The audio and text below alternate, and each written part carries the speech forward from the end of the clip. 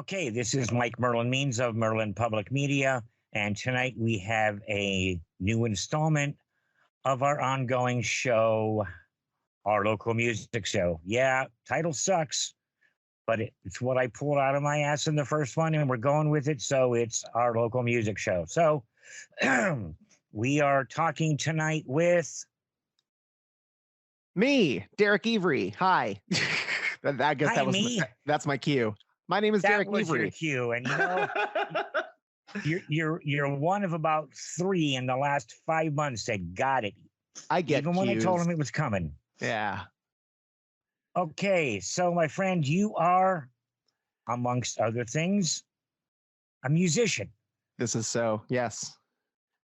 So, and I know people hate doing this, but if you had to plug yourself into a genre, where would it go? I mean, predominantly, so far in my career, I've released mostly power pop, kind of alternative pop rock sort of stuff. So whatever that is. Whatever that is. And, people don't like doing that with the exception of the metal bands, and then they pick one of 1,807 subcategories of metal that I've never heard of. Insert subgenre here, core. Yeah, totally. Yeah. I'm with you. Oh, so how long you been playing? I've been playing since 1999. So I guess that's math years. But I actually started there. Yeah, but I started in 1996 professionally singing opera at the Kennedy Center in Washington, D.C. I was, oh my God. It was really, really fun. I auditioned for this show called Pagliacci. It was, a very, very famous opera. Yes, it is. And I got accepted into the children's chorus, and I was going there for like late night rehearsals, and I was like 10, and it was a dream come true. I got to meet Hillary Clinton and Ted Kennedy on opening night. And I got to work with Placido Domingo, starring Placido Domingo, conducted by Leonard Slatkin. Oh my God. And directed by Franco Zeffirelli. This is your first. This was my first professional gig. Starting out at the top, were you? I really aimed high and got there, and then everything after that just like pales in comparison, because it's all just like, yeah, I played a show at a venue with my band, or yeah, I opened for this band, but none of them were Franco Zeffirelli, Leonard Slatkin, and Placido Domingo. So, well, and previous to this station, I had an entirely classical music station. Didn't go over well. Sure. And the least listened to segment was my Sunday operas. I was about the only person listening to them. I've loved classical music since I was, 7 or 8. Oh yeah. That's my go-to. And classical's always been my go-to. Love it. So what happens from like God's stardom to now? So I met a dude in that opera. His name was Jonathan, and we started an a cappella band because we couldn't play instruments. But it was but we were an a cappella duo, so that doesn't really work well. Yeah, you need a couple more parts in there. Yeah, so we decided to pick up instruments. Like his dad bought him a drum set, and I started learning guitar. I just taught myself how to play guitar. And like that happened simultaneously with me picking up upright bass in middle school. And so I was learning upright bass in school, and it's, it translates very easily to guitar because it's just add 2 strings to the equation and then you're good to go. And an octave. But but like and a whole different like style of playing and whatnot. But it was really nice for me because I had the benefit of doing both at the same time. And we started a band with this dude that I met in Boy Scouts who had like just moved to the area, and like he didn't know anybody, and like he didn't start school yet.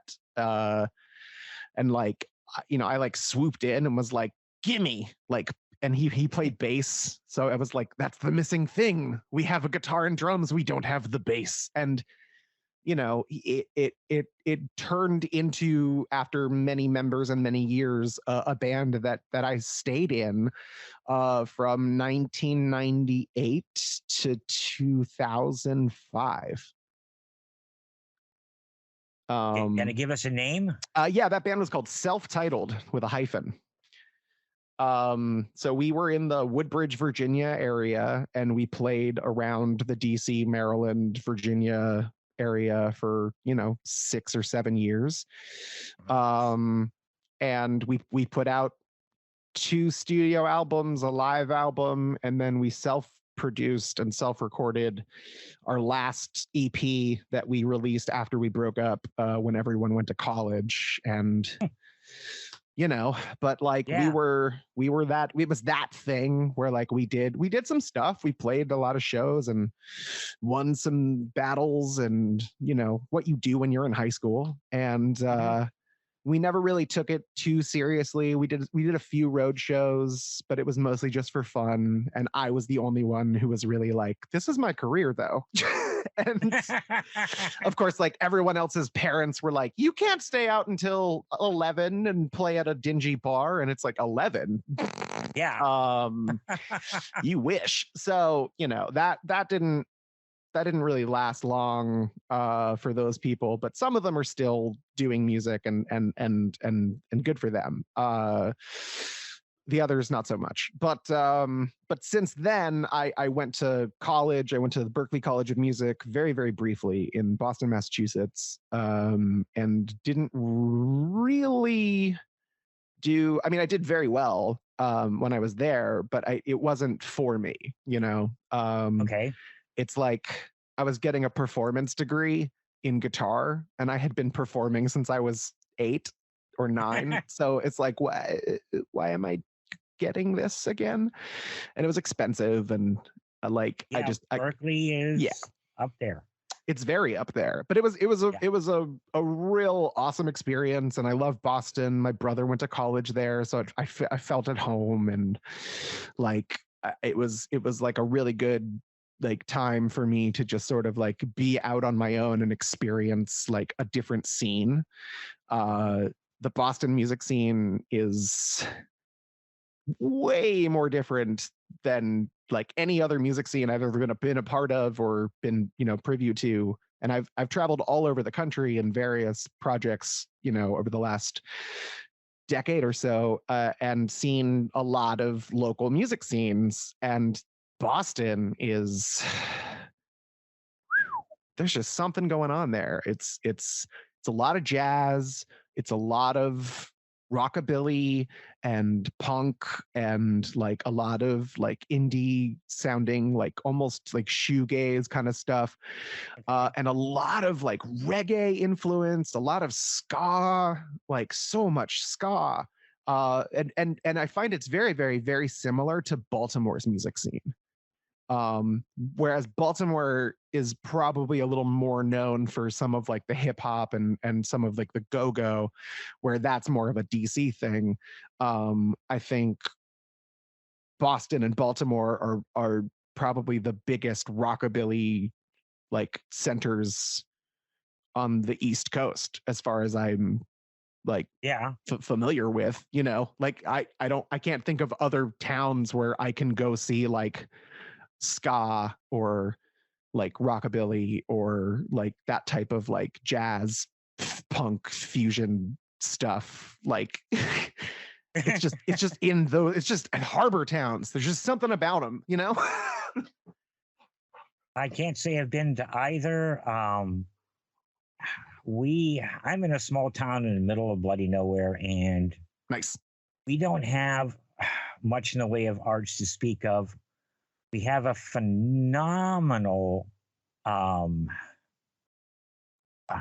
Yeah, give Mike a second to grab his brain. The metal scene in Kingman, the county seat, about 30, 40 miles from here, Mhm. is unbelievable. But that's what we've got. Yeah, I mean, a lot of metal. within 100 miles, we've got a metal scene. We've got 3 community theaters. Yeah, we're done. Right. Cover bands everywhere. Oh God, those are that's rampant. Like, and I love cover bands. Don't get me wrong. Like some of my favorite bands are cover bands. In particular, there's one from Charlottesville, Virginia called Love Cannon. They are a bluegrass 80s cover band. Oh, So they do like 80s songs but bluegrass, and they're amazing. I ran sound for them once in Arlington and fell in love, and now I just buy all their records, and they're so good. But you know, if it's a thing like that, like a weird sort of like niche thing, like like I have some friends that are in a 90s 2000s cover band, and they're called So Fetch, and all they do is cover like stuff from like the early 2000s because that's like their time period, you know. We got a band that comes through here, kind of fits in that general type of category. They're called Franks and Deans, and they do covers of like Frank Sinatra, Dean Martin, but it's a totally punk ska cover. I love that. They are, and they got this little go-go dancer that travels with them. They're phenomenal. But yeah, they're in that weird combination of sounds, you know, not quite Hasty Dixie, but you know, they're very good. Right.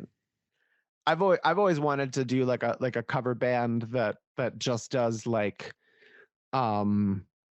weird like Charles Manson covers and but like in the style of Los Lobos. And, oh my God. And I want to okay. and I want to call it Catherine Zeta Jonestown Massacre.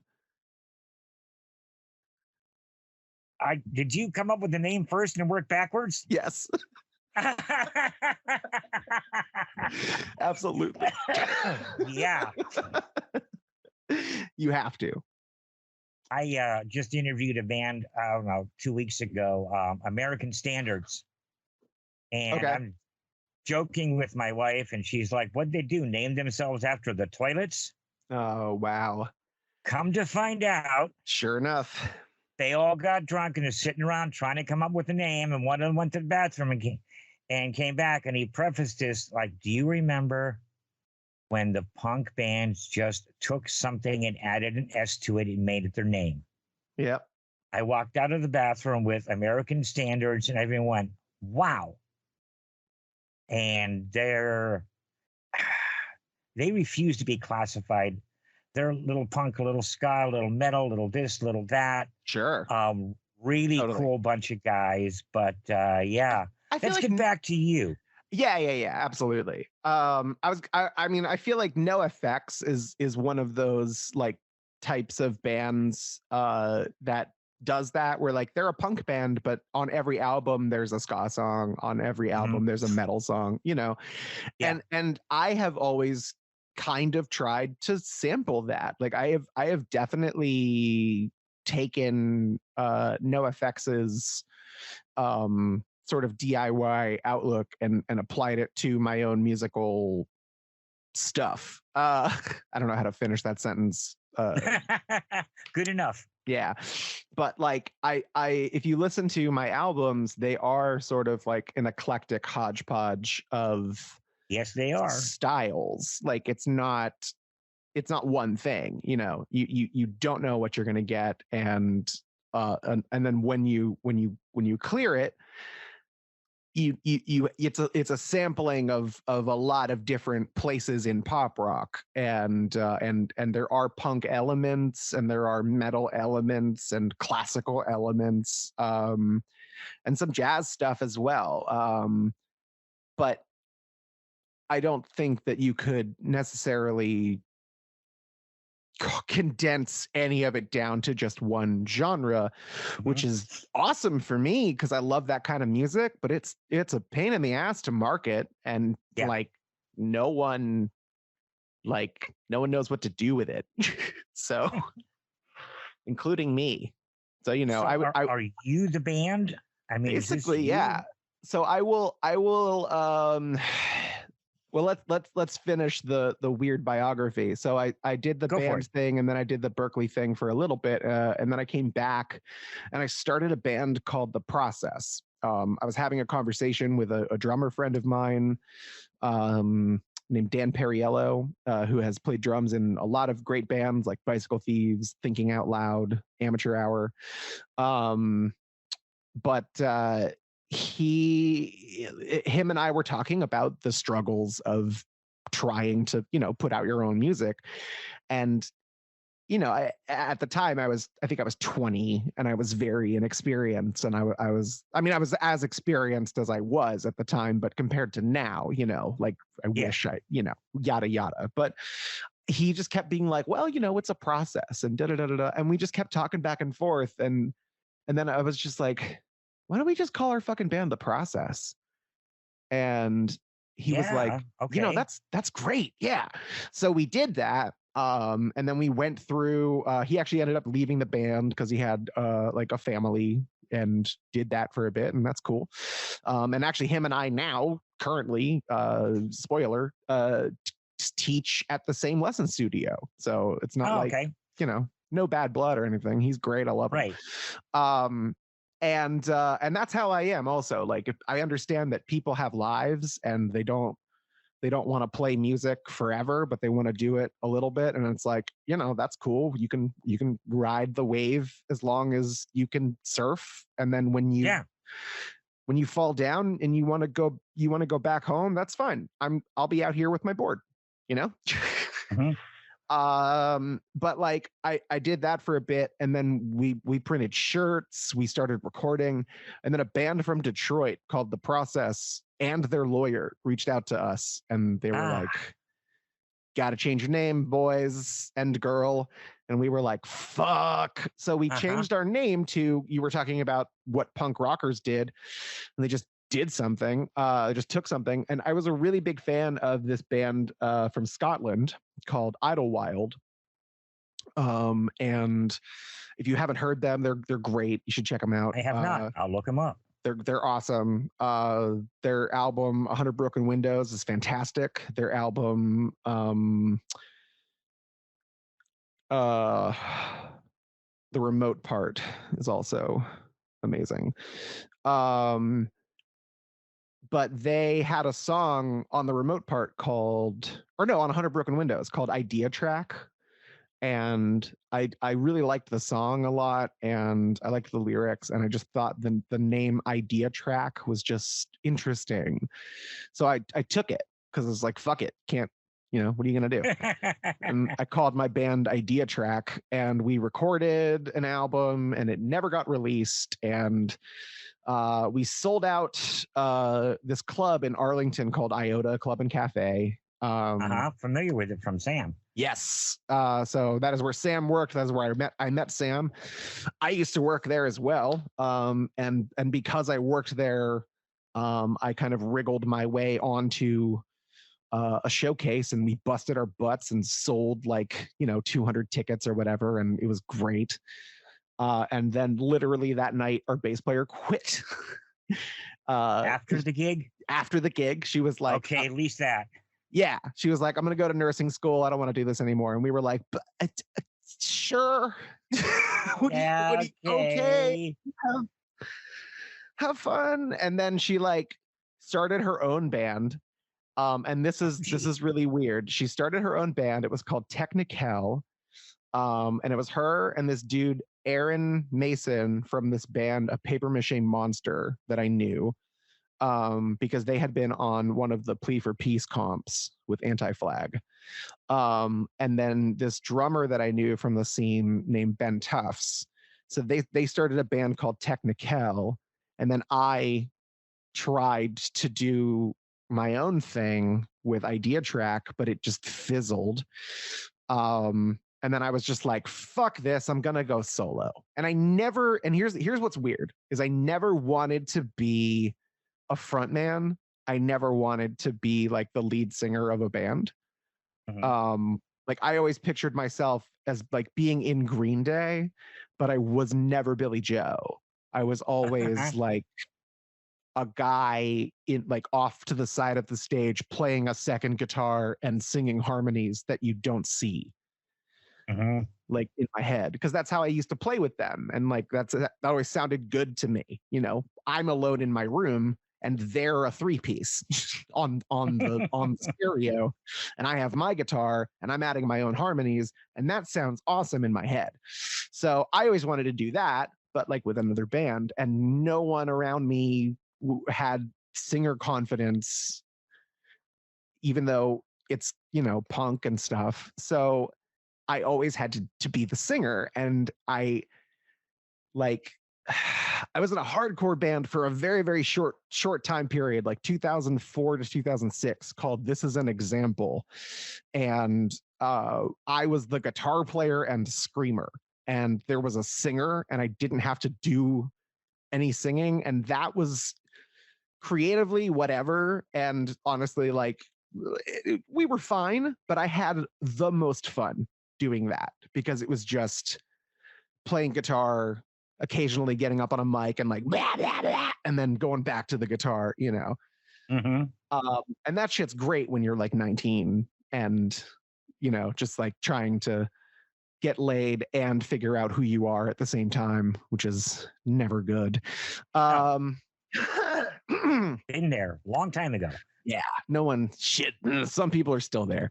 They're all on those swipey apps, just desperately trying to swipe. So I decided to go solo, even though I hated it and never wanted to do it and always wanted to be a sideman. And that was when, I think it was around 2009 when Idea Track broke up. So 2009 to 2010, I just locked myself in my office and learned how to record with GarageBand on my laptop. And I put out my first album like via recording with GarageBand after many, many demos. And it was called Don't Think.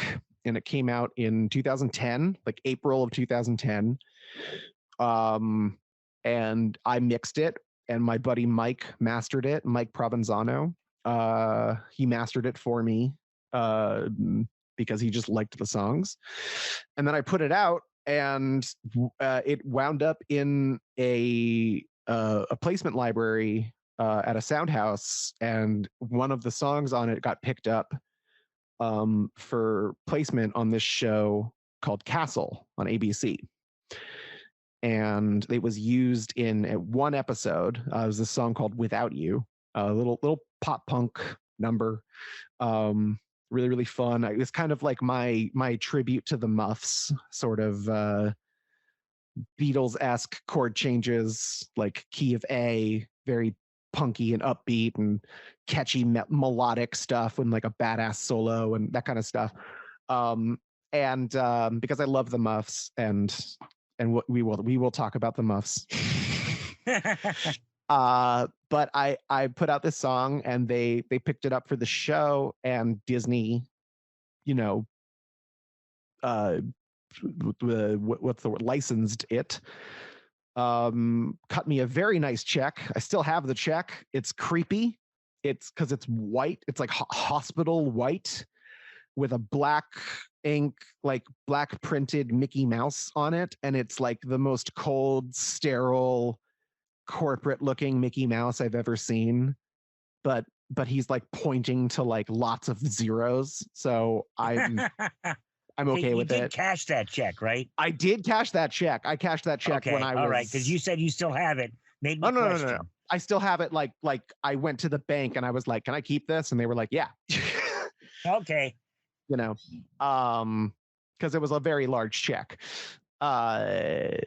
And so I don't really make money off that anymore. I will occasionally get like a few like maybe $6 or $7 every quarter, because it is in syndication now all over the world and stuff. But I think I got a pretty big pay bump when they put it out on DVD. I think that was like an extra, like I think just an extra like couple grand.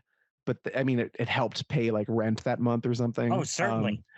You know, and then after that, it's just like the royalties were like pretty minimal because I just got like a library rate for the for what was used. But like for being my first placement gig, not bad, you know, like No. Considering I recorded it in GarageBand and like in my underwear, like in just me. I sequenced the drums myself, like with MIDI, and it's just me, you know? So in that regard, yeah, I am the band. And then that kind of evolved into I put out another EP that year, and then I started recording with the guitar player and drummer, the bass player and drummer from Technical, Aaron and Ben.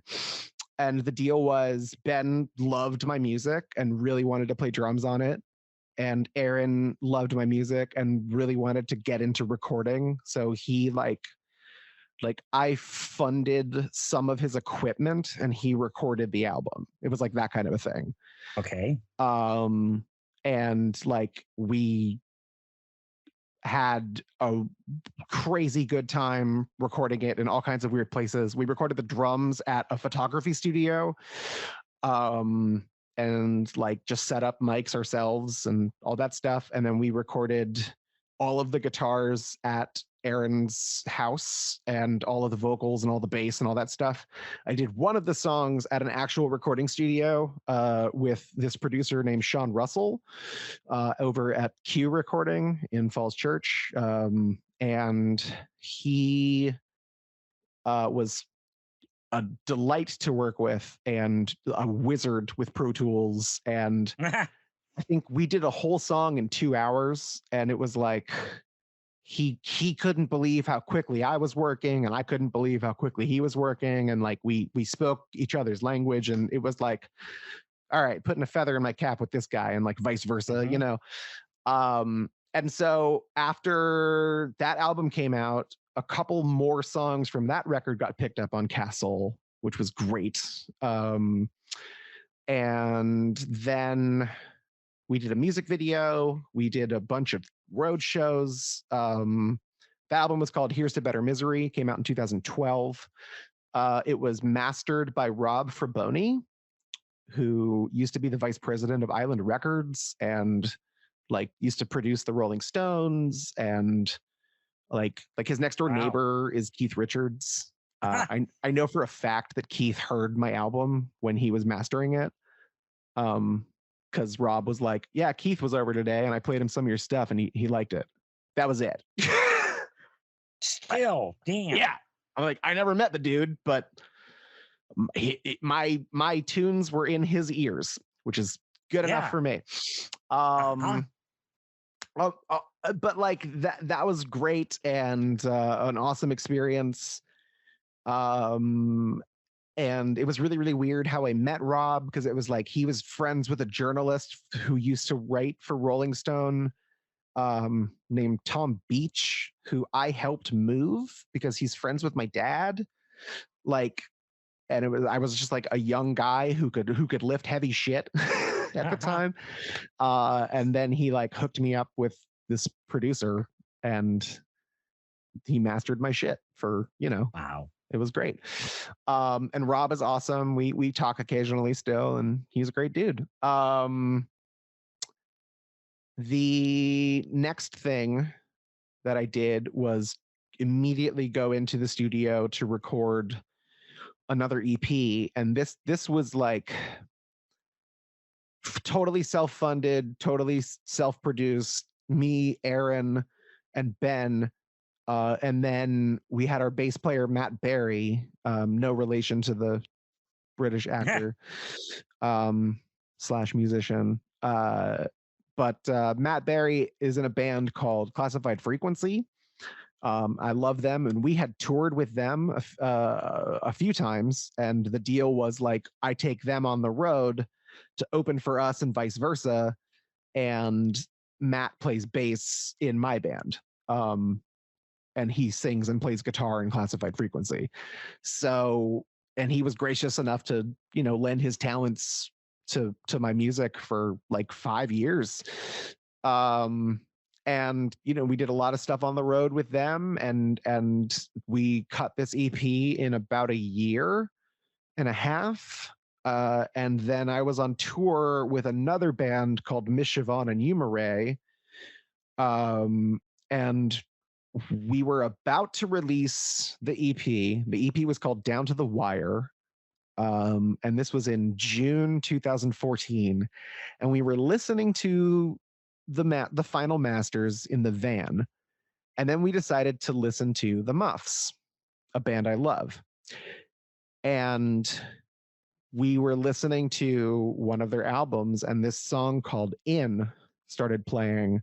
And it was like note for note, maybe not even in the same key, but like the same melody, same chord changes as this song that I had on Down to the Wire called Up to You. And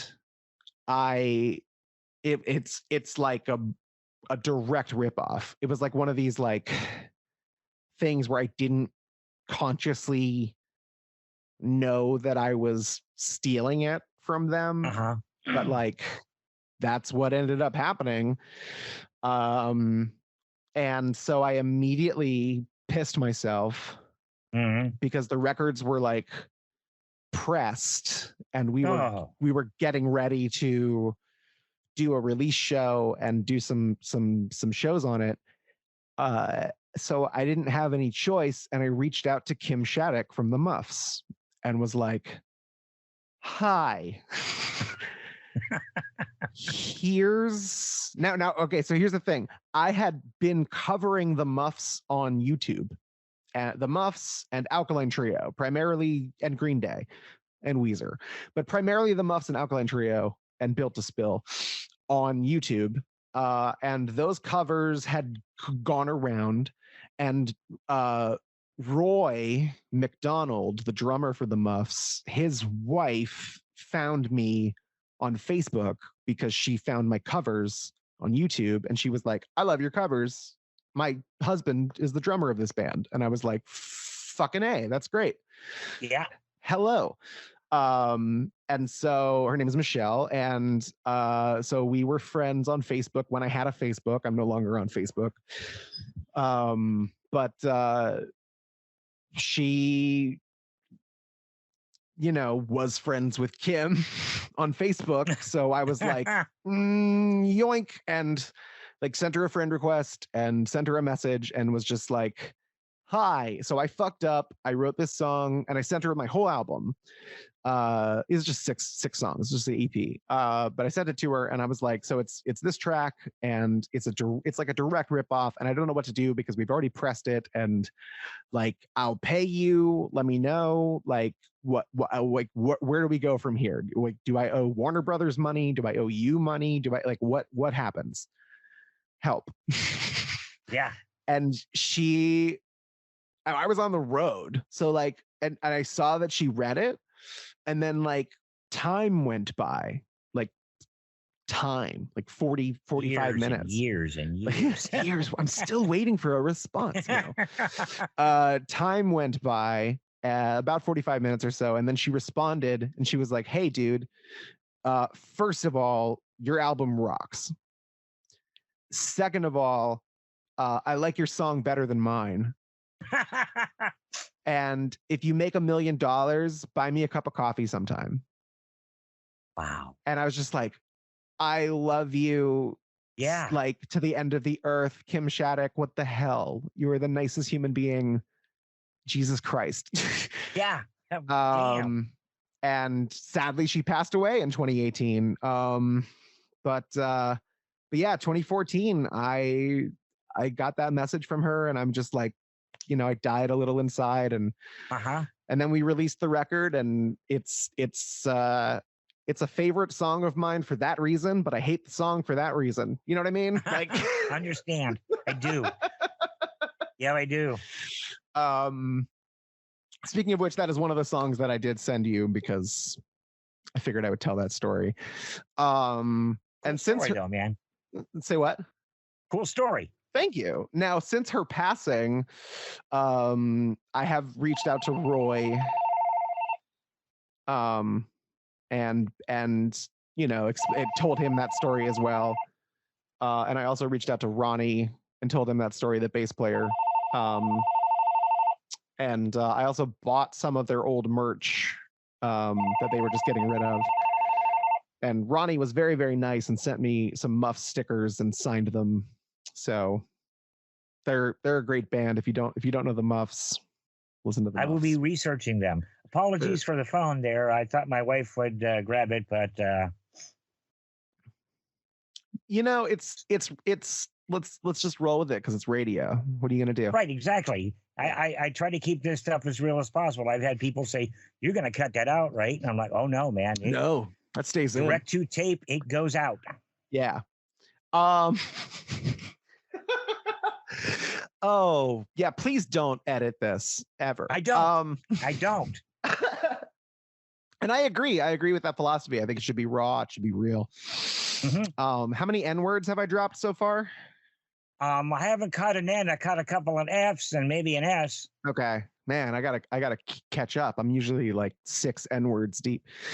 No, I actually have a joke that we haven't really talked about this, but this is actually a really good time to bring it up because around this time in my career, a few years before that album, probably around Here's to Better Misery, I was dabbling in stand-up comedy.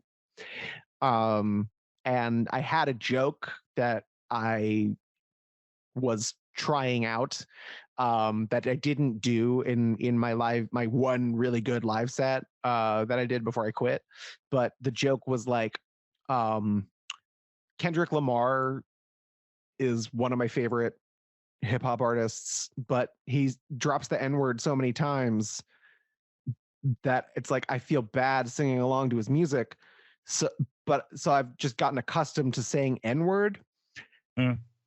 But then if you say it really fast, it sounds like Edward. Like, where my Edwards at?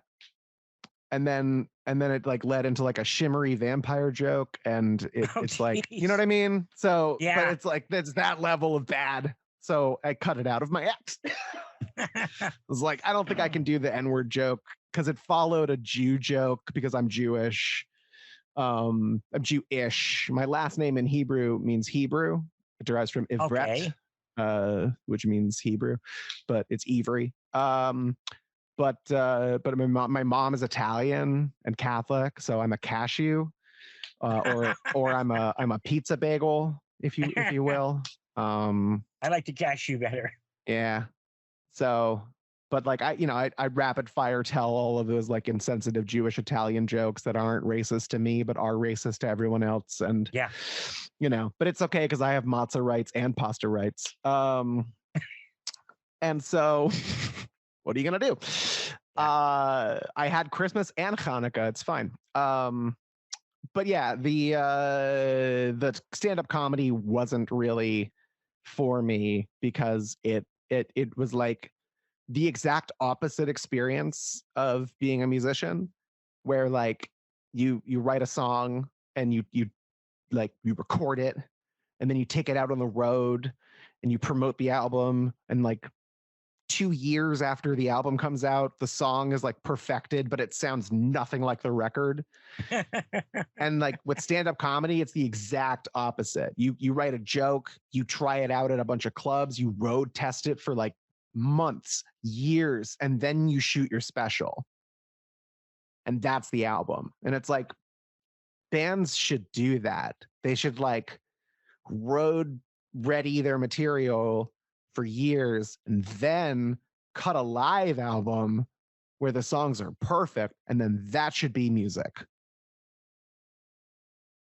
And that's No, what I don't. that's, you know what I mean? That's what I aspire Nobody's to. doing that. No one's doing that shit. No one's honing their craft and making sure that it's good. Everyone's just like content, just rapid fire. And it's very cacophonous and difficult to be noticed or seen or feel like you're accomplishing anything, even if you're the most prolific songwriter on the planet and you're putting out a new single every weekend. It's like no one's buying your shit because no one's buying shit.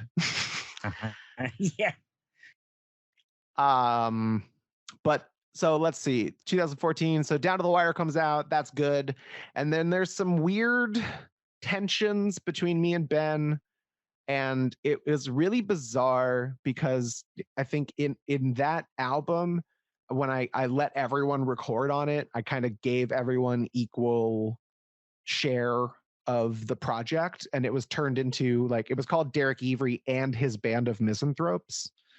I like it. Yeah, you're welcome. And so that's the only album that I've released with that title. So on the actual sleeve, it says Derek Evry and His Band of Misanthropes. The rest of them is Derek Evry, because I played pretty much everything on those records. But that one album, I'm just playing guitar and singing, and then everyone else is playing their parts. And it's the closest thing to a band recording that I have, that isn't just me doing everything.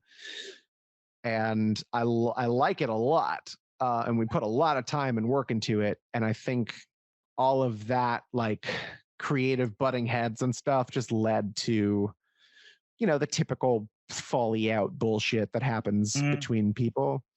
It does.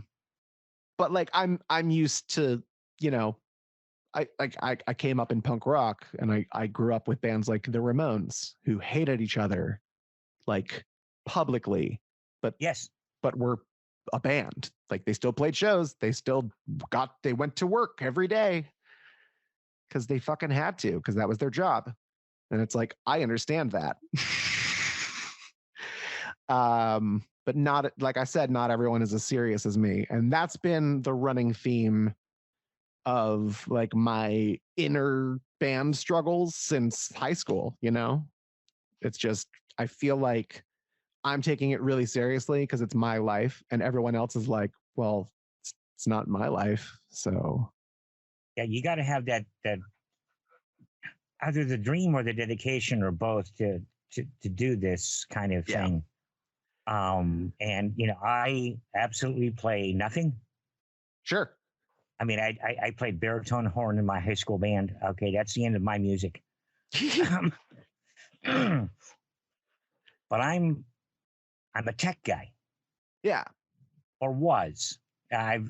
Since I've got sick, I've retired from all of that stuff. I've been doing lighting since 75. Sure. I've got a couple years on me. And when I got sick, I worked for a couple of years, and then I just had to stop all of that stuff. So I'm, being a lighting guy, familiar with band disharmonies. Yeah. And I've worked with some very good recording engineers, a couple of companies that I put together with people, and they've gone by the wayside for one reason or other. Same type of thing, personalities clash in a production company, same as they do in a band or a play or anything else. Yeah, absolutely. And it's like, that's part of the job. And I understand, like, you have to learn how to deal with people and learn how to work with people. And certainly, like, no one has like the career that I've had, because most people have to work with other people. I don't know a lot of other singer-songwriters that can play guitar and bass and drums and piano and sing all of the leads and all of the harmonies and sequence everything and mix everything. But it's like, I put so much time into it because I didn't do anything else. And it's like, I didn't go to college really. When I went to Berkeley, it was like very brief. And then I just started teaching myself how to do everything. So music is your bread and butter? That's it. That's all I do. you're a rare man, because most of the people I talk to are, waiting for that discovery and, the full-time job and, all of that Right. stuff. So you're blessed, for lack of a better word, in that respect. I mean, I won't disagree. The biggest thing for me is like I can do other things. I'm very apt and I learn quick and I'm into other stuff. Like I have other hobbies and I'm into science and like not so much math, but science. To a degree, physics, a lot of chemistry, that kind of stuff, and I really like astronomy a lot. Like I love space and that kind of stuff. And I'm just as interested in finding out how the world works, finding out how the universe works, like as I am playing cool melodies and bending frequencies to manipulate people's emotions and take their money. Like it's I'd say it's about level with that. It's like understand my purpose and point and why the fuck I have been conjured into this experience, and at the same time do alchemy for a living. Oh, now you've got on something that I adore. There it is. Well, with my nickname, you kind of would expect that I'm into alchemy and Merlin. different religious points of view. Yeah. You'd think, huh? You would. With the Merlin. Yeah, I mean, like it's boring otherwise. Why stick to just one thought process and like one ideology your whole life? Sounds dull and incomplete.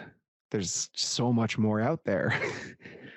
Okay, I got to get to this. Yeah. Okay, so you are, excuse me, damn lungs. You're writing, you're recording, you're producing, you're mixing, editing, mastering, all of it yourself. Yep. Let's talk gear, man. All right.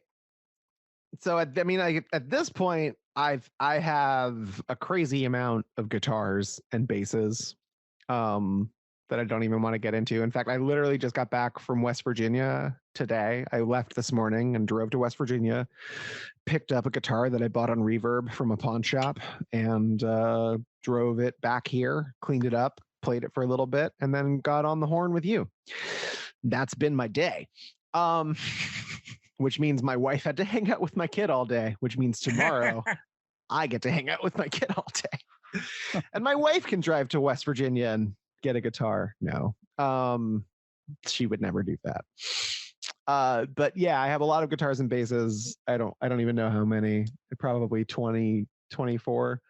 I do have an upright. I have a bunch of amps and a bunch of bass amps and a crap ton of pedals. And if you want any specific details on that, let me know.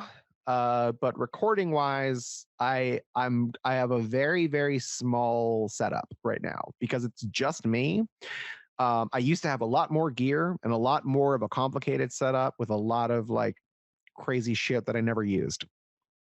But since the pandemic, having back surgery, which I didn't get into yet, but we will finish the biography. Well, yeah, we'll do that. But I did have back surgery in 2017, and probably just from carrying a bunch of shit for years. And since then, I have lightened my load considerably. I've downsized to a Fender Blues Junior instead of a Fender Supersonic. So it's like, it's 15 watts instead of 60, and it weighs about 30 pounds instead of 98. But like recording wise, I have a very, very small MIDI controller. It's just like in a Kai like MK2 or whatever that I use for sequencing, drum sequencing. It's got some pads on it. That's great for that. And then synth, stuff like that. It's all MIDI. And I go into Logic. I have upgraded from GarageBand to Logic. Don't worry. I am no I longer. knew you had upgraded from GarageBand because, well, you had to have. Yes, and also over the years, I've been recording in Pro Tools when I record with other people, which we will get to that when I finish the biography. But Pro Tools is probably the best software I've worked with, and is not the only software I've worked with. I think I've worked with pretty much everything from Cubase to like Audacity to GarageBand. Oh God, Audacity. Logic. Yeah. I did 7.5 years of a podcast recording it in Audacity. Well, this was many years ago. Right. Before podcasts, we had to explain to people what a podcast was. I had a podcast when you had to explain to people what a podcast was. And I didn't mention that one. 2005. Okay. 2006. I had a podcast called Poverty and Principle Radio. It was me and my buddy Nate. And Poverty and Principle was the name of our great American novel that we never wrote. So we decided to call our podcast Poverty and Principle Radio. And what we did was we wrote and recorded 100% fictional teleplays, like in the style of old time radio. Yeah, radio drama. Yeah, like radio drama, but like stuff. Yeah, and we would do all the voices and we would come up with characters, and some of them would be, like girls, and we would have to like put on girl voices and be really dramatic, but they would always be funny. Like we had like a detective one. I think his name was like Detective Drake Tackleberry or something.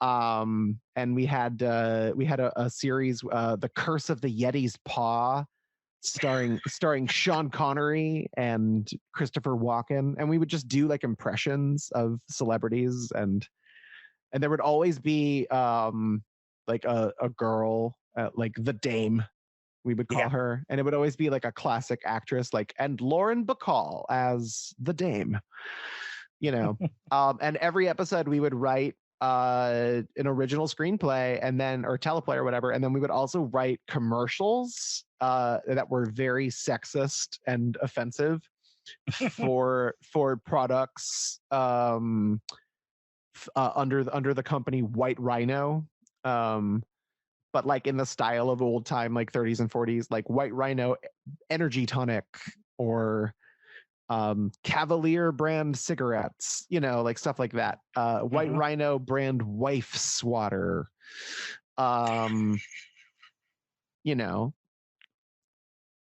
it just dumb stuff like that. And like it was very tongue in cheek, and it was, we would meet up once a week, and we would write the episodes over pizza, and then we would record the episodes until 3 a.m, and then I would mix them down, and then we would drop them like that night on iTunes, and then we wouldn't talk to each other for a week because it was stressful.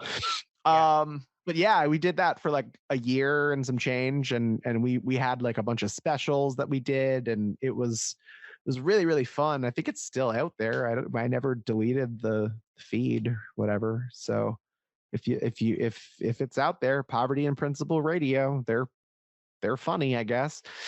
But I did that for a bit because I have voice talent, I guess. Like I started singing opera, but I also do voices. I've always done voices and impressions.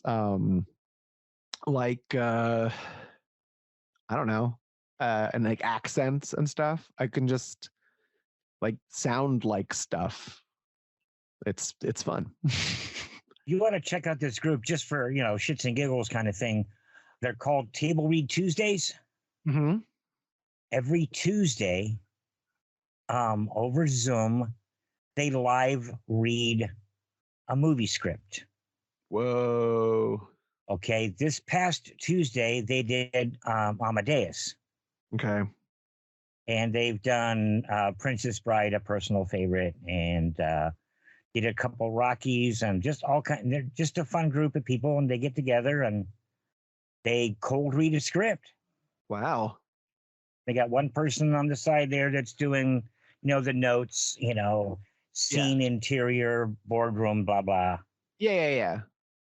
But All the they're stage fun. direction and stuff. That's awesome. Okay, guys, I plugged you. Cut him his check, damn it. Ain't no check here, man. This is 100% right now. This entire project is a labor of love, and one day I'd like it to pay for itself. Sure. Yeah. And that's really what I'm looking for right now is, for it to pay for itself. But enough about me. Let's get back to you because you have done everything. I have. Well, let's finish the biography. So I put out that album. I did a bunch of stuff and no placements on that record. And then the band fizzled out. And before we fizzled out, so this is really weird. We had a farewell show. It was like November 2014. And then I was on tour with Miss Siobhan and Umaray, the same band that Ben, the drummer, was also the drummer of. But I was playing bass in that band. And then Miss Siobhan and Umaray were a married couple named Chris and Aaron, who were like singer-songwriter couple duo, like Americana sort of stuff. And they lived in California and they toured and had a bunch of shows and stuff. And Ben had played with them previously.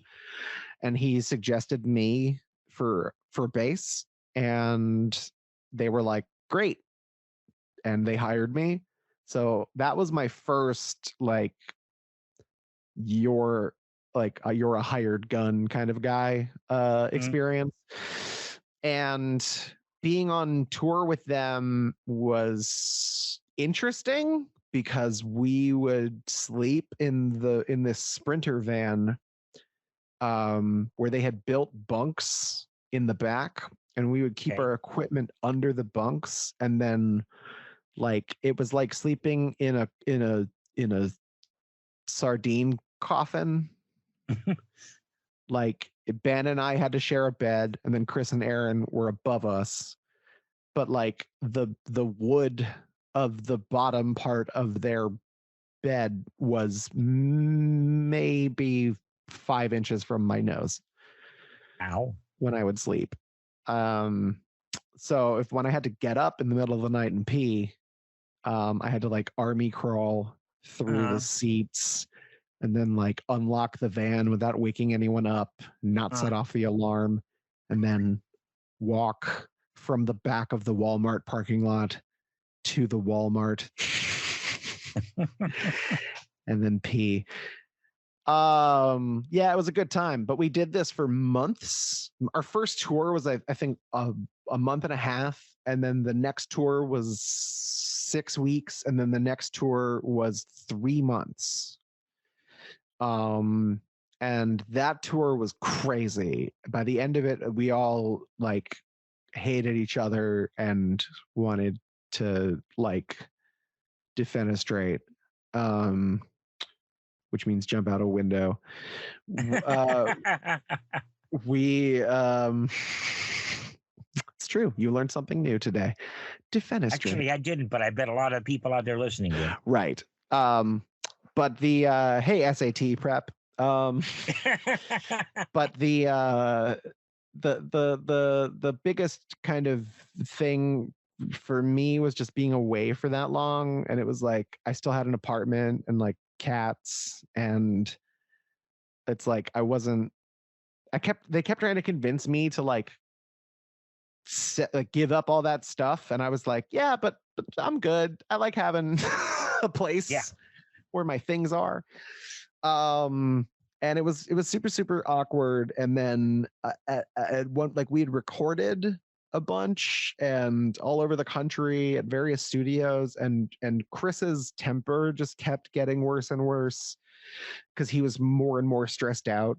And like it was obvious that like he was losing his fucking shirt while losing his mind in this project, and like they also were tired of being on the road and needed to be grounded, and because you need that stuff, like you do.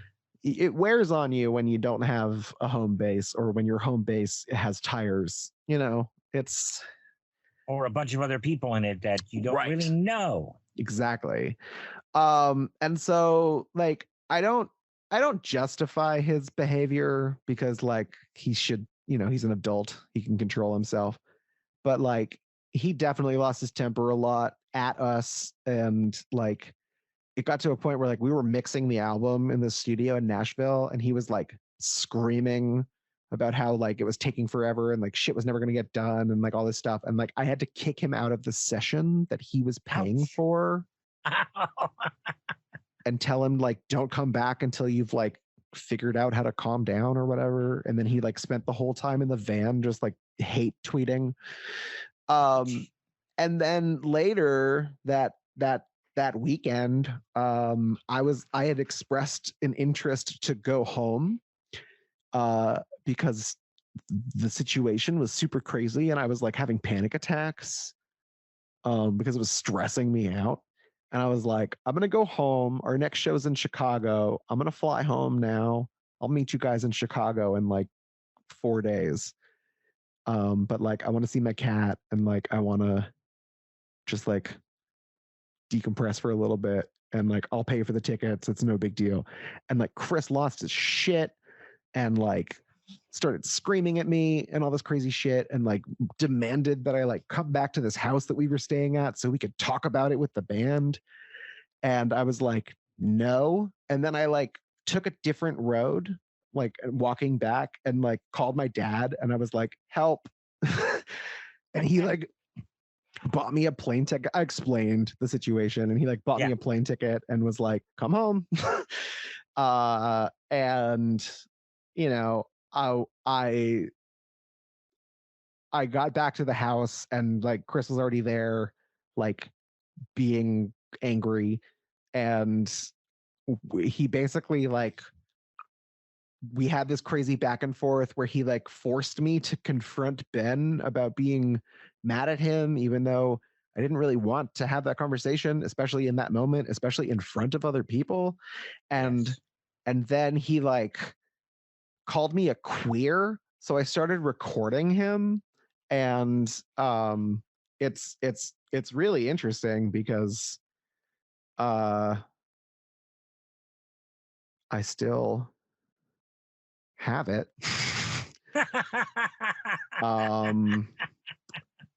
Because why wouldn't I? I might have nuked that one. Say what? I might have nuked that one. Really? But it's so good to know that you're not wrong. So so he called me a queer, and then I picked up my phone and started recording it. Seriously? Yes! Seriously! Say one more fucking thing to me, you worthless, mindless, gutless, spineless little piece of shit! Can I please have my bass? Get it yourself, fucking baby! Thanks. Yeah. Wow. So I quit the band and flew home from Nashville with my bass, and got home and was like super sad and super depressed and like didn't know if I wanted to play music anymore because I didn't trust anybody. And then like everyone in the scene sort of like that I was friends with like slowly kind of pulled away from me because I was going through like, you know, PTSD from abuse. Yeah. Basically. Yeah. And it's like I would reach out to people and be like, I don't know how to process this. And they'd be like, sounds like you need to process that. Bye. Like, and I can't blame them for that. But at the same time, it's like, there's clearly something happening and I'm clearly asking for help. And like, you know, I that was the first time that I really felt like I was alone in a bad way. Like I had wanted to do things by myself for so long, but like I had to deal with that by myself, and it was like that was the hardest thing. So coming back from that was a real challenge for me, emotionally and physically. I gained a fuck ton of weight. Like I was about 265 and then I was about 309. And like I'm 6'3", 6'2", 6'3", depending on what 7-Eleven I walk into. And it's like not, yeah, I carry a lot of the weight pretty well. Like I'm not stocky or anything, but like 250 on me looks healthy. 300 on me looks like Chris Farley ate Jonah Hill. It's like it's bad. It's no good with the hair and everything. So I just like totally went in on myself. And at the time I was dating this other musician named Emily Henry. Very great, like awesome singer-songwriter. Check out Emily Henry's music. She's great. And we like our relationship definitely like ended because I just wasn't there. Yeah. That was one of the reasons. I couldn't be, like, being present was in it just impossible at that time. And it's like part of me wishes I had like substance abuse to fall back on, because at least it would have made it easier, but I also would be dead.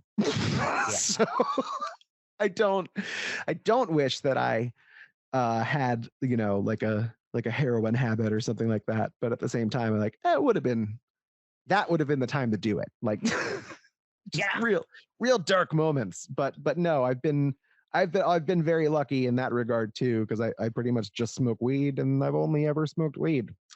So that's never gonna kill me. So I'm a diehard smoker, but I don't smoke. I vape or use tinctures because again, my lungs. Right. But yeah, it's and this is gonna shock the shit out of a whole bunch of people out there. We're gonna try doing some growing here in the desert in another couple months. Do it outdoors. Yes. Because we can have 6 plants per adult. Yeah. In the state of Arizona. Yes, you can. So, which is one awesome. of the few things Arizona gets right. Yeah, I live in Virginia. I think we can only have 4, period, like per household. I didn't even know you guys were legal. Yes, we are legal. And actually, I have a card. I have a medical card, and like I live a few miles away from my dispensary. It's very nice. So is it medical only? Just because I'm the curious guy. So it is medical only at this point, but in 2024, it opens up to recreational, and like they're just taking the next couple of years to open up a chain of dispensaries that are like state regulated and stuff, to compete with anyone who wants to open in 2024, basically, so they can get it on the ground floor. And it makes sense to me. The old state stores. Right. So this is a company called Hello Beyond that actually is based in Las Vegas, but they have stores all over the country, but they're popping up all over Northern Virginia right now. There was one in Richmond, and then they opened one in Sterling, and the one in Sterling is really, really close to me.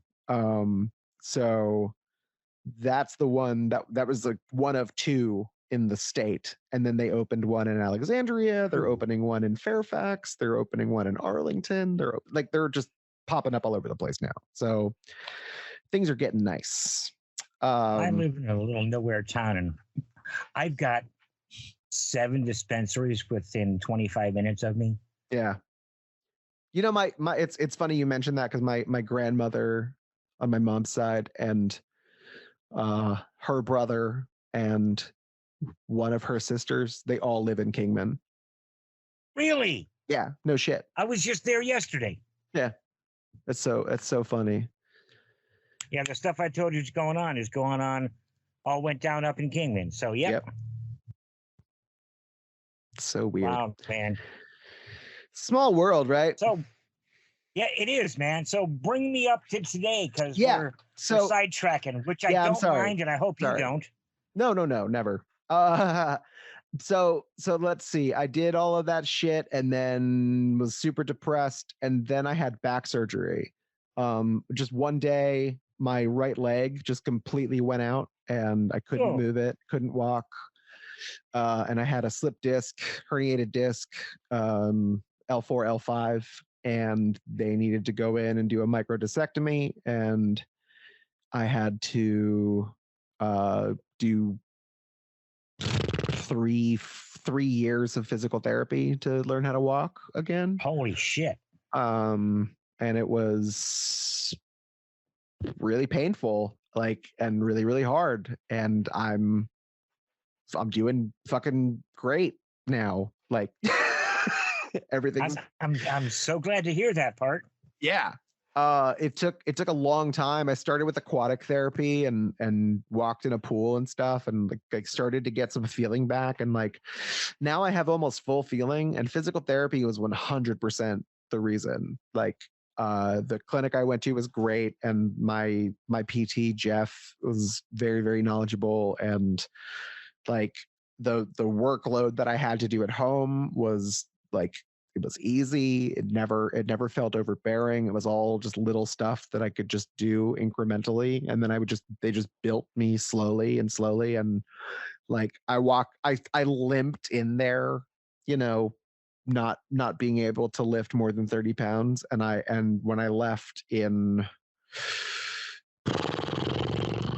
I want to say I stopped going in April of this year. But it was like 6 months on, a year off, 6 months on, a year off, that kind of stuff. But I stopped going in April, and I walked out of there. I was pushing a sled with 280 pounds on it, because I told them that I had to be able to at least push my body weight and lift at least half my body weight. So I was walking around doing farmer's carry with a hex bar with 200 pounds on it. And I can do a 2.5 minute plank, and I can do 8 push-ups right now. And I can do one full pull-up,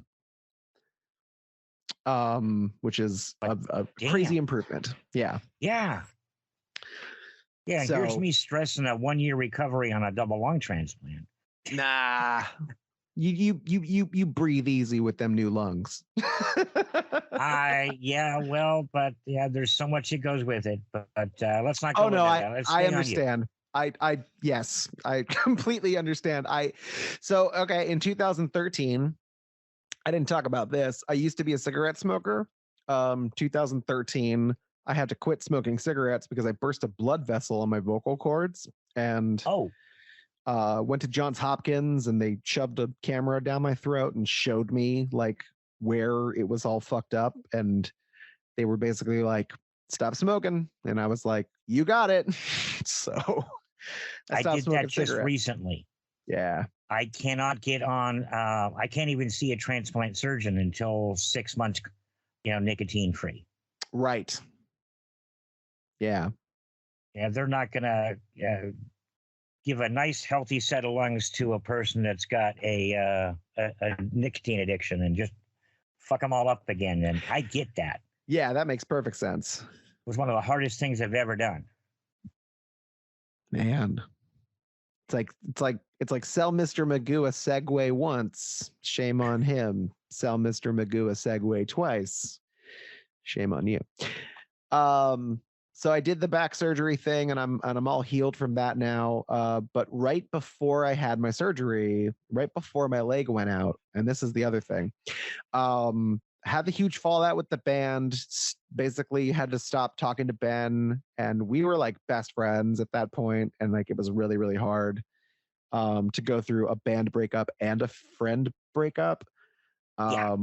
But I found my bearings, and like decided to just do shit on my own for a little bit. And that's when I recorded Pop Perspective, which was the last thing that I released in 2017. So I had all these demos, and I had been doing a bunch of pre-production at my house, and I went to Q Recording Studios and worked with Sean Russell again, which is the dude that I worked with on that one song on Here's to Better Misery. And because we had such a good rapport, I was like, I really want to work with this guy. So like him and I had become friends through the scene and stuff. And I had recorded at that studio with him on a couple of other projects and done a few podcasts with him. And like, you know, we became friends and are still friends today. In fact, my former roommate is his girlfriend, and her and I were friends for a very long time. And she was my merch girl at every show. And like, I basically introduced them and now they live together. Like, you know what I mean? It's like that kind of shit. Cool shit. But Sean and I worked together, and what we did was I found a drummer. His name is Patrick Frank. Very, very good drummer. And we had a couple of rehearsals at his house, and then we went into the studio, and Patrick tracked all of his drums in about 6 hours. And we did 7 songs, and then I did one acoustic song. Yeah. I think we just did like 2 or 3 takes of each tune, and like I played with him like in the booth like for one, and then we would use that scratch track and he would just do a couple of takes and then move on to the next one, that kind of a thing. And so he got all that done in 6 hours, and then while he was breaking down, I was recording the bass tracks and some guitar, and we did all the drums and all the bass in 12 hours. And then we left the studio that day and then went back to the studio the next day, just me and Sean. And I did all the guitars, and then I did all the acoustic guitars, and then I did the acoustic song where I sang and played acoustic by myself. And then I went in the vocal booth and did all of the vocals, and that was 12 hours. So I recorded the whole album in 24 hours. Wow. And I'm never going to do that again. But no, but it was an experience. And then Sean, being a fucking Pro Tools wizard, took those recordings and mixed them at his house. And like then he recommended this guy Bruce Kane to master them, and Bruce did an amazing job mastering, and the album came out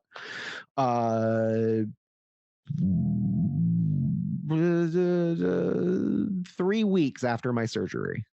Oh jeez.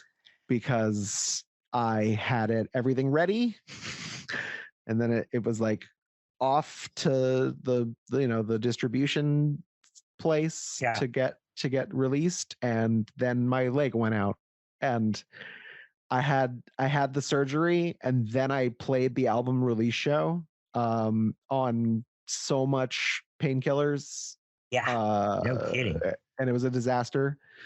I think it was fine. It was probably fine, but it was a disaster to me.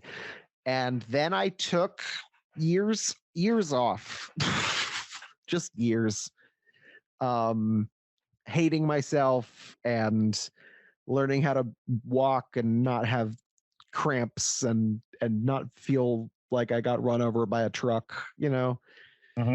And like just getting over all that physical limitation shit was enough to like make me go crazy. And at the same time, like while I was healing, I got dumped by my girlfriend, fiance, and like everything fell apart. And then I had to like take over the lease on this apartment because we had a lease. Yeah. And she left. So it was like, now I have to pay, I think it was like $18.50 or something like that. When I'm not working. And yeah, that could be a bit challenging. Yeah, that's the word I'm going to use, challenging. So that was a fun year, and it was a lot of low points and a lot of just like self-deprecating and pints of vegan Ben and Jerry's. I'm vegan, by the way. I'd like to point out that we've been talking for 1 hour, 22 minutes and 50 seconds, and I haven't brought it up yet, but I'm vegan. So it's not the I first am thing they say. mostly. That's fair. We occasionally will have ground turkey or turkey, and that's about it. Right. Fell in love with oat milk after going through all the other garbage. Oat milk is good. Oat milk is our personal favorite here. Yeah. So, and wife and I went through this together, and yeah. And you can make oat milk for super, super cheap because it's just oats. Yes, and one of these here days we're going to sit down and perfect our recipe because the price on that stuff is going through the roof. Yeah, everything is. But yeah, it's totally. Like over $5 for a half gallon of oat milk in a lot of places here. I mean, it's I mean, shit. I have a vegan baby. He's one, but like he's vegan, and like we have to get him fortified. Like it's called Ripple. It's like pea protein, and like it's like fortified with calcium and has iron, and it's got everything that he needs, you know. Huh? But like we have to get it like all the time because he needs to drink that shit until he's like 3. Yeah. And it's like I would much rather pay, you know, $6 for a half gallon of, you know, pea protein calcium water than some sort of like pussy rape juice any day. I know. Yeah. So, that could be a whole nother show talking about the industrial farm situation, which I despise. Yeah. Well, it might have to be some other time. So yeah, that basically catches us up to around today. So I met here's all right, so this is where it gets fun. I re-met this girl, Allison, at a funeral. This friend of ours passed away in a car accident, very, very tragically on Halloween. And she told me, and it was the daughter of our high school poetry teacher. We went to the same high school. And she was a grade above me, but you know, we were both in the literary magazine after school. I was the music editor and she was the poetry editor. So that was the thing. And we knew each other from that. And she had been to a couple of my shows like after high school. And, you know, we chatted here and there and we'd always kept up with each other. And I remember her mom had cancer, and I remember commenting on a lot of stuff on Facebook and Instagram and like supporting her through that time. And then her mom passed away, and being very supportive through that as well. And then we sort of lost touch, and then she reached out because our friend Alex died, and she told me about the funeral and the wake and all that stuff, and I was like, cool, I'll be there, you know. Like, yeah, everything is miserable, I live alone, I hate my life, and my leg doesn't work, let's go to a funeral. And her and I hung out. There's a song in there. Oh yeah, I just wrote it, it's great. Her and I hung out and we had a lot of fun, and like not at the funeral, obviously that was sad, but after the funeral we went to a brewery and like had like hung out with people, and like we talked a lot and it was awesome. And then after that we hung out after the funeral, we hung out, like we made plans to have coffee that week, and we just kept talking to each other, and we discovered that like we both had the same favorite movie, which is Defending Your Life by Albert Brooks, written, directed, and starring Albert Brooks, which is a weird movie to be your favorite movie to begin with, but to meet someone else where that's their favorite movie is like, huh.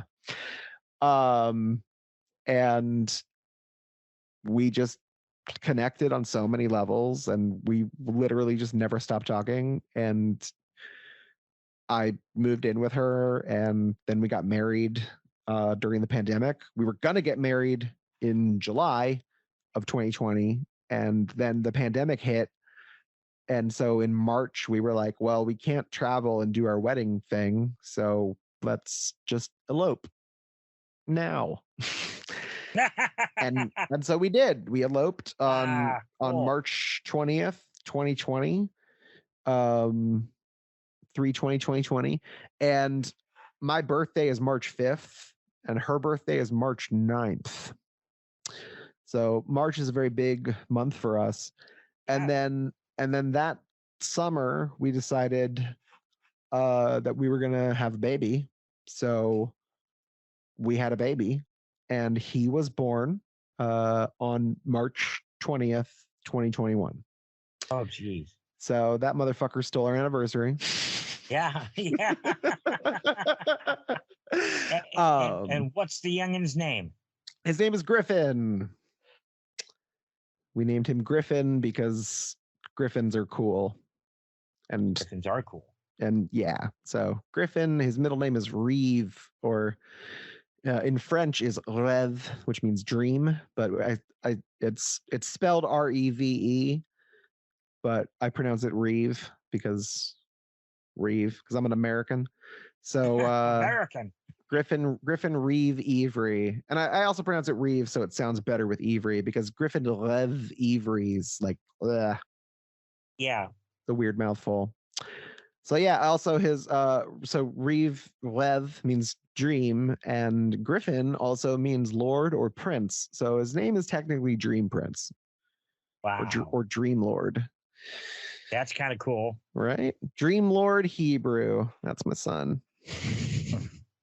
And so we had Griffin, or I guess she did. I watched, and then he's one now, and we've been hanging out every day. It's awesome. He loves music. He's very musical. He could whistle at age 11 months. He could whistle at 11 months. No, 10 months. He was whistling at 10 months. That was weird. Yeah, that's a little different. And he runs into my office all the time, and he looks at all my guitars and goes, "Dojo," and then starts playing them. Like he just starts playing classical gas like perfectly. No, he like, come on. He like hits them, but I'm teaching him how to strum gently and like, slowly learning how to handle a dojo. So that's really fun and rewarding. But also he sings like pitch perfect stuff, and it's great. So that's its own adventure, and I can't wait to see that unfold for the next rest of my life. But musically, I'm doing great. I'm writing again and performing again. And I joined a band where I'm playing guitar. And it's my friend Kathy's band. And Kathy and I have been co-writing for probably about 5 years now. Just here and there, just a lot of power pop stuff. And she has a band called DeToro. It's her last name. And we opened for Lady Gaga on August 8th at Nats Stadium in DC. Oh my God. And then on September 1st, we are going to be playing at the Tally Ho Theater in Leesburg, Virginia, opening for Smash Mouth. That's some nice credits, man. Yeah, that's fun. I'm trying to think. Oh yeah, also sometime in there, like 2018, 2019, while I was healing, I was playing bass in a punk band called the Split Seconds. And in 2019, we played punk rock bowling in Las Vegas. And that was super fun because I got to open for like Rancid and Fear and like so many crazy bands, and I got to see so many people and meet so many people. And I got to meet Ephraim from Death by Stereo because he was like the stage tech at my stage. He was like volunteering to like be a stagehand, which was amazing because he kicked ass at that job. It was really weird. It's like Ephraim from Death by Stereo just handed me my bass. Like, well, you know, being on the receiving end of any profession, you're going to know what you want and what you think is right. So he's been on the receiving end of that stuff for like ever. Yeah. So that dude's been in every band. So did for you guys what he wanted done for him. Yeah. And I am forever grateful for that man's like dedication to the craft and to music. That dude is just always on the road. He's always being helpful. He's like always promoting his favorites, and like I'm not like best friends with him or anything. Like I used to keep up with him on social media since I met him, but like I literally am not on social media anymore. So aside from Twitter, because Schadenfreude. But I think that dude is like the Mr. Rogers of punk rock. You know. Okay. Yeah. Just fucking class act all the way. But yeah, I think that basically catches us up. So I'm gonna be doing all that shit with Totoro, and I'm gonna be putting out some singles soon. I've got one in the works called Dead Right, that I will be launching probably in October. I think that's coming out. And then I have another one called Can't Trust Love. It's a catchy little number, and I think that one's going to come out in December. So I will have some 2022 releases, and also this month and next month is the 10th anniversary of Here's to Better Misery, and I'm doing a remaster re-release where I remastered it by myself in Logic and just did some little tweaks here and there to kind of make it sound a little more full, a little clearer, but not as loud. Okay.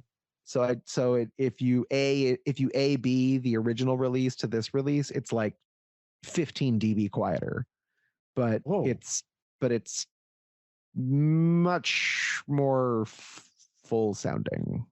And I like it better that way because like it feels more like a mid 90s basement record, which was kind of what I was going for anyway, instead of like a loud, over compressed mid 2000s record, which is what it is. It's the thing about, and I've worked with a number of audio guys, and they're never happy with the final product. No. I mean, I have a friend that was in a band that, one of the very few local bands I ever thought had a shot. And they released a single album, and they recorded it. It didn't take all that long to record, but year and a half mixing and mastering like 8 songs. Yep. And he hates it. Yep. He hates it. Yep. What's the saying? A record is never finished, it's surrendered. Oh, I like that. I haven't heard it, but I do like it. Yeah. It's like a piece of art or whatever. You know, your work is never finished, but it comes to it. You hit a point where like you just have to give it away. Stop. Yeah, you do. And it's so different as a lighting person. You know, you've got your shot. There it is. And luckily, or unluckily, I should say, over the years, I have no video recordings of any gig I've ever done, with the exception of a few theatrical pieces. Right. But yeah, damn, I miss it. Oh man, I bet. Well, and you know, all of this basically hit the fan at the beginning of the pandemic. I'm sitting in my studio, which is now closed. Mm-hmm. And within 45 minutes, every gig I had for the next 3 months canceled, and no gigs came back. Yep. Yeah, man. I played my last show March 14th, 2020. And then we got married 6 days later. My wife's work closed like the 16th or something like that. Like they sent everybody home like that Monday. And then like she hasn't been back to work since. She still has she's just been working from home, but like she hasn't been back to the office except maybe once this whole time. She's still just working from home. So it's like no gigs came my way until this year. And like honestly, it's I've played 3.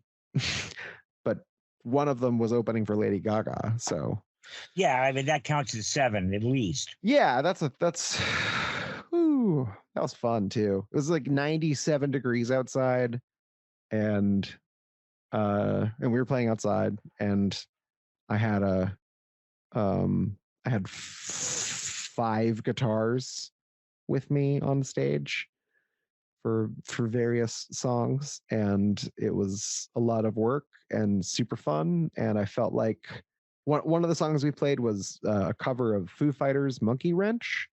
Okay.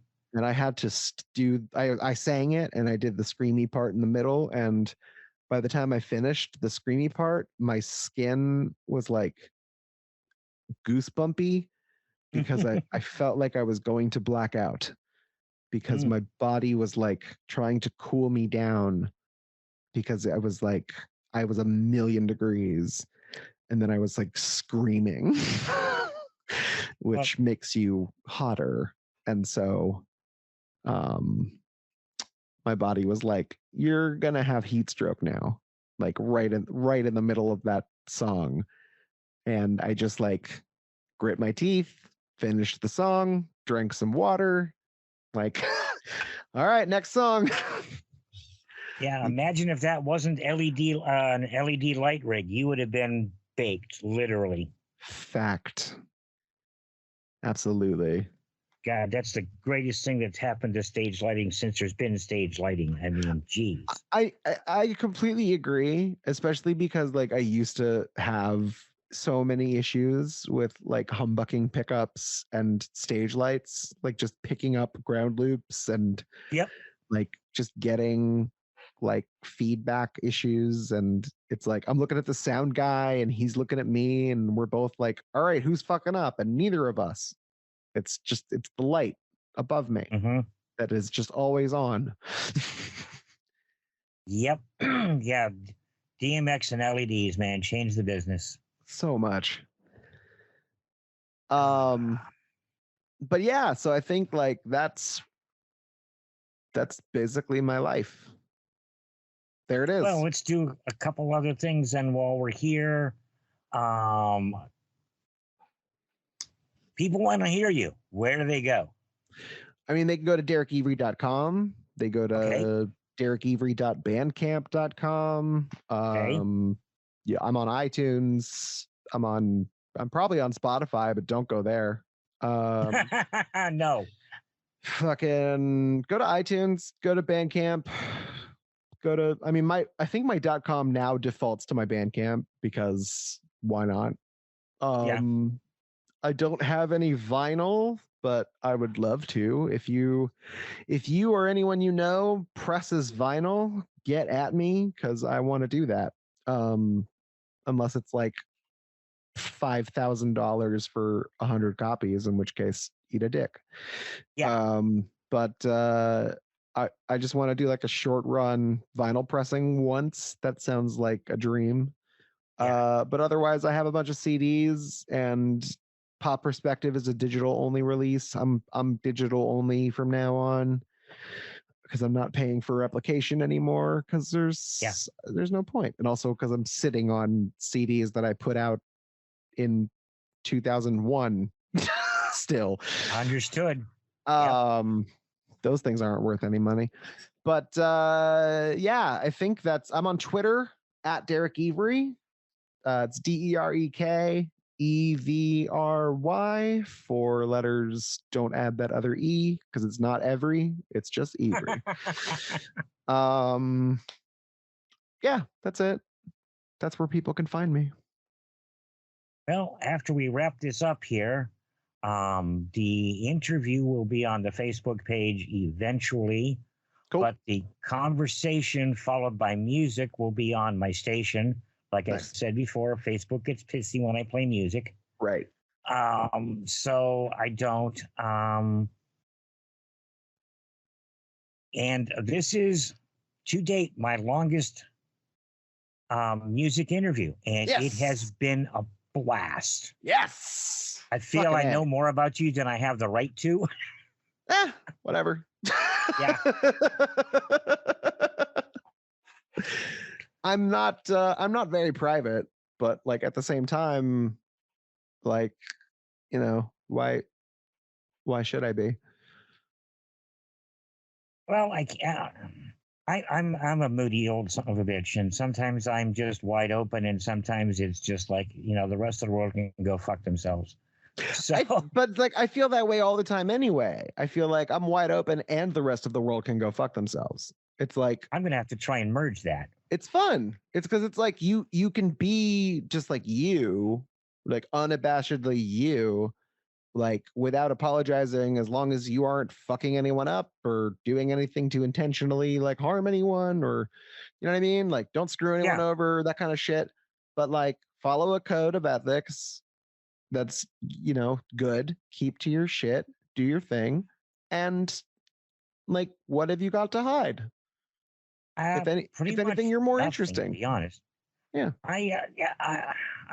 I'm a weird guy with a weird life, and I've done a bunch of different things, and I've been a chef, I've been a baker, I've been a roadie, I've been a lighting designer, I've been a board op, I've been worked with sound and spent a lot of time with photography and video, and love them all and miss them all. But when the hammer came down, I'm like, what am I going to do? And I had a couple other runs at net stations, and I'm like, I can do this, but I'm going to do it different. Yeah. I'm talking to artists, I'm talking to craftsmen, theater groups, musicians, lapidaries. I mean, Wow. wide open, and I'm having fun. Some people I'm giving a little promotional push, and it's fun. Or at this point in my life, I wouldn't be doing it. I just, Makes sense to me. I mean, like I've always had an interest in radio since I was young, which is probably why I did the Old Time Radio podcast, and probably why I do the DJ thing now, which we didn't really talk about, but we will later at some point. Yes. Look out for that episode. But oh yeah, man. I think that the thing that attracts me to radio now, especially with doing the DJ thing, is like what you said. It's like doing your own thing, like doing it different. Like it's not about you, it's about the people that you're interviewing, and you're spotlighting shit that you find interesting and people that you find interesting. And at the same time, like you're treating it like a platform for them and you. And it's like you're a host. It's like it's a talk show. It's great. It's It perfect. basically is. Yeah. That's all you need. Weird, because for most of my life, my tagline was, if you see me on the stage, something has gone terribly wrong. Right. I'm the back of house guy, but and then I started stepping in front of a microphone, and my friends are like, you're talking in front of a microphone and recording it. I'm like, yeah, seems to be going okay. That's it. That's all it is. Yeah. Anyone can do it. Everybody's having fun. It's all good. Exactly. Fun's the name of the game. Alrighty, man, let's wrap this thing up, and I'm going to go find my oxygen machine and chill for a little bit. It's been quite a pleasure talking to you, man. I'm looking forward to part 2. Absolutely. You too, Mike. Alrighty, man. Take care. All right. Cheers. Okay. Bye-bye.